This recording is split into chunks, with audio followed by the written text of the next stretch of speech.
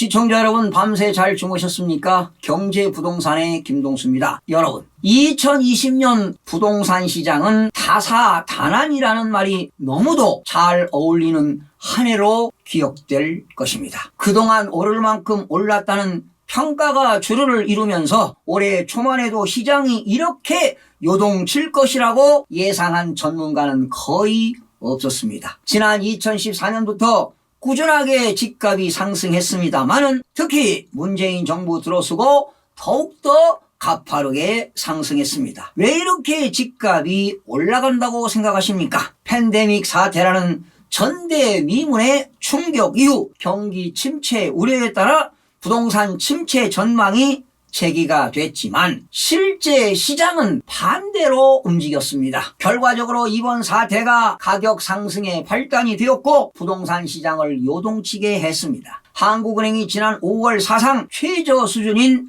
0.5%라는 기준금리로 시중에 풍부한 유동자금이 풀리면서 안전자산으로 불리는 부동산으로 돈다발이 몰려든 탓이 더욱더 큽니다. 정부는 과거 2년에 한 번꼴로 나올 법한 대형 부동산 핀셋 규제를 수시로 발표하다 보니 부동산 학습으로 내성이 강해진 탓과 그리고 풍선 효과로 집값이 폭등한 것입니다. 과연 누구의 책임이겠습니까? 말할 필요가 없겠죠. 결국에는 시장의 원리를 무시하고 반시장적인 정책으로 수요만을 억제하는 부동산 정책으로 일관해왔기 때문에 실패할 수밖에 없습니다. 정책 실패로 역사 앞에 부끄러움으로 영원히 남을 것입니다. 문재인 정부 들어서서 크고 작게는 24번째 대책을 발표했지만 집값의 전셋값마저 급등하지 않았습니까? 비규제적인 울산과 파주 등 지방광역시와 수도권 비규제지역 집값이 심상치가 않습니다. 풍선 효과가 여기저기서 나타나고 있습니다. 정말로 장난이 아닙니다. 기가 찹니다. 울산 남구는 지난 11월 30일 기준 5주차에 1.36%가 상승했습니다. 전국 아파트값이 상승세를 이어가는 가운데 울산 아파트 시장이 계속해서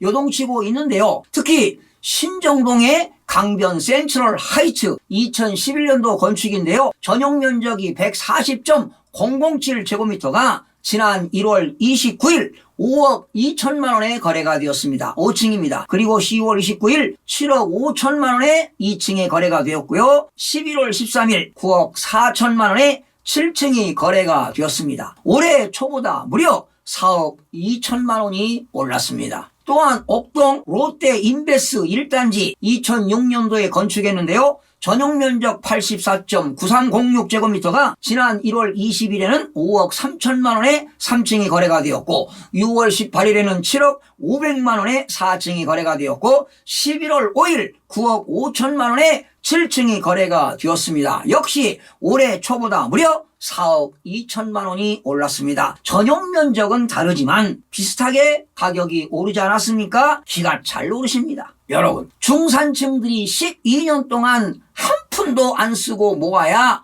집 한 채 구입하기 어려운 실정입니다. 월급을 모으면 뭐합니까? 서울에 괜찮은 집 한 채도 못 산다고 박탈감을 호소하는 30, 40대들이 많이 늘었습니다. 요즘은 고정수입이 없이 백수라도 집 한 채 가지고 있는 사람이 경제적으로 더 낫다라는 얘기입니다. 참으로 세상이 거꾸로 가고 있습니다. 정부가 부동산 대책을 발표해도 약발은 전혀 안 받고 집값과 전셋값만 역대 최고 수준의 폭등세를 보이고 있습니다. 대출 제한 등 각종 규제는 많아져 금수저가 아니면 근로소득만으로는 서울 아파트에서 똘똘한 한 채를 구입하는 것이 원천 봉쇄됐다는 게 이들의 한탄입니다. 문재인 정부가 올 초 신년 기자회견에서 집값이 급격히 오른 곳은 원상 회복되어야 한다고 공언을 했지만 올해 전국의 아파트 매매 전셋값이 지역에 관계없이 모두 대폭 올랐습니다. 특히 세종시가 올 들어 11월까지 43.64% 오르는 등 서울보다 지방의 상승세가 두드러졌습니다. 세종특별자치시 한솔동 천마을 3단지 2011년 건축인데요.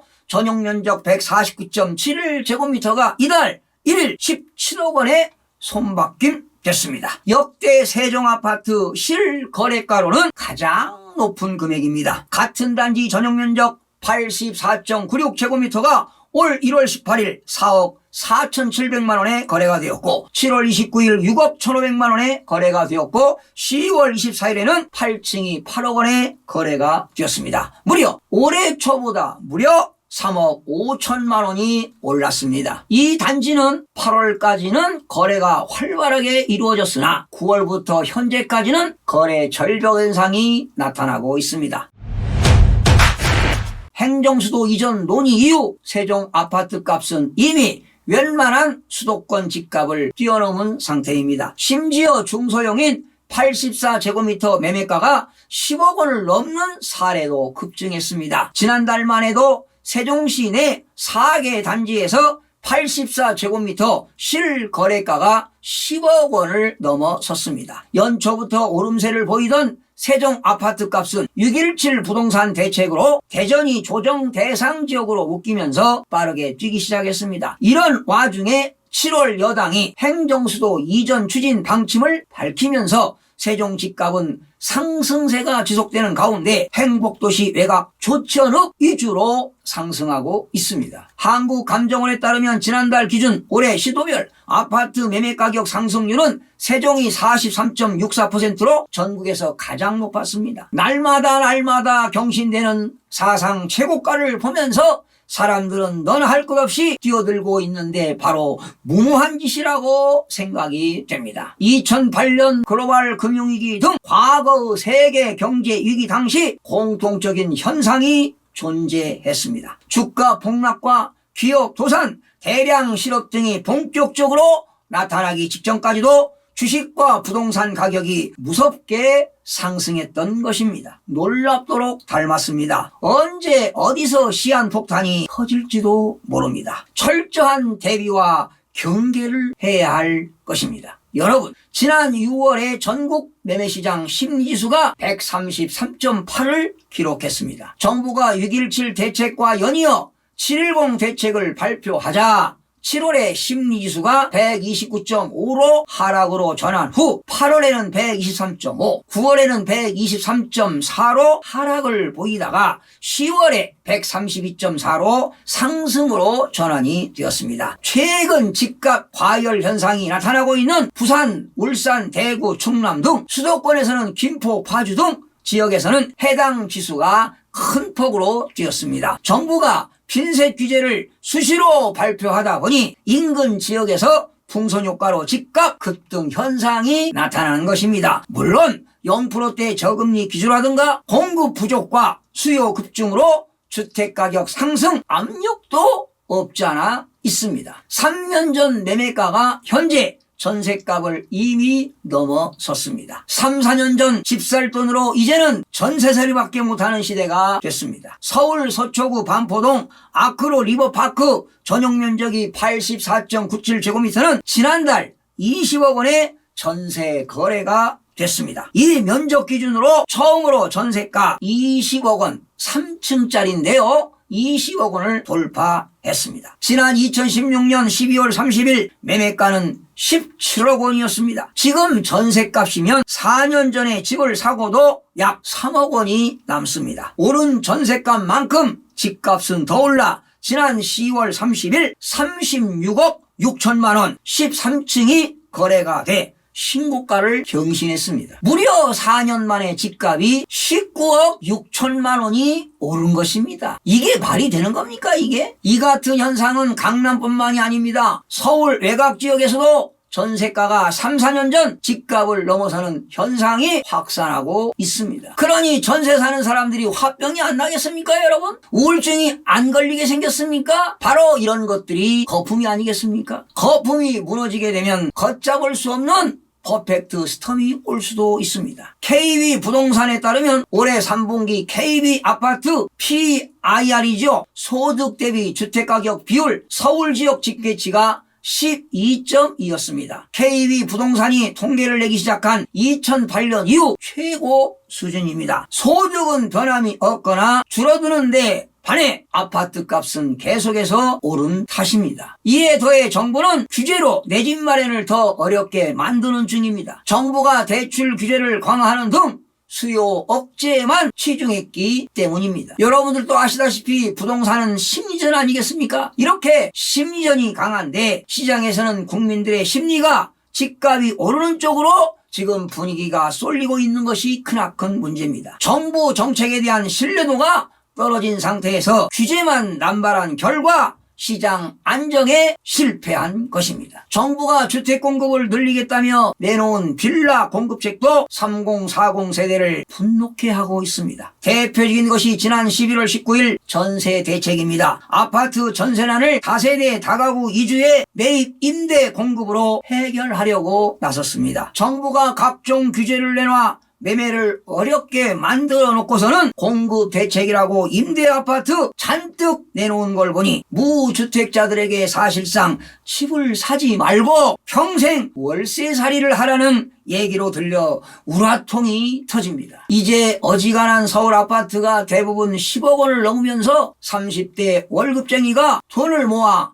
주택시장에 들어가는 것 자체가 어려워진 세상이 되었습니다. 집값 급등으로 집 없는 사람은 상실감에 절망하고 있습니다. 이번 사태의 장기화로 외국 부동산은 어떤지 아십니까? 전 세계 부동산 시세를 집계하는 나이트 플랭크에 따르면 최근 3개월간 런던은 마이너스 3.7%, 싱가포르는 마이너스 0.1%, 뉴욕은 0.9%, 베들린은 마이너스 3.0% 등이고 베이징은 1년간 마이너스 2.3%가 떨어졌습니다. 대부분 국가가 하락세인데 오로지 한국만 주택가격이 난리 법석인 것입니다. 여러분들도 다 아시죠? 어떤 정책이 잘못되었는지 말입니다. 집값 불안을 잠재울 수 있는 유일한 방법은 투기 세력을 완벽하게 차단하고 주거 환경이 편리한 공급 물량과 속도전이 바로 핵심입니다. 또한 시장 원리에 맡겨야 합니다. 새 국토교통부 장관이 풀어나가야 할 난제입니다. 구상이 없다면 장관 자격도 없는 것 아니겠습니까?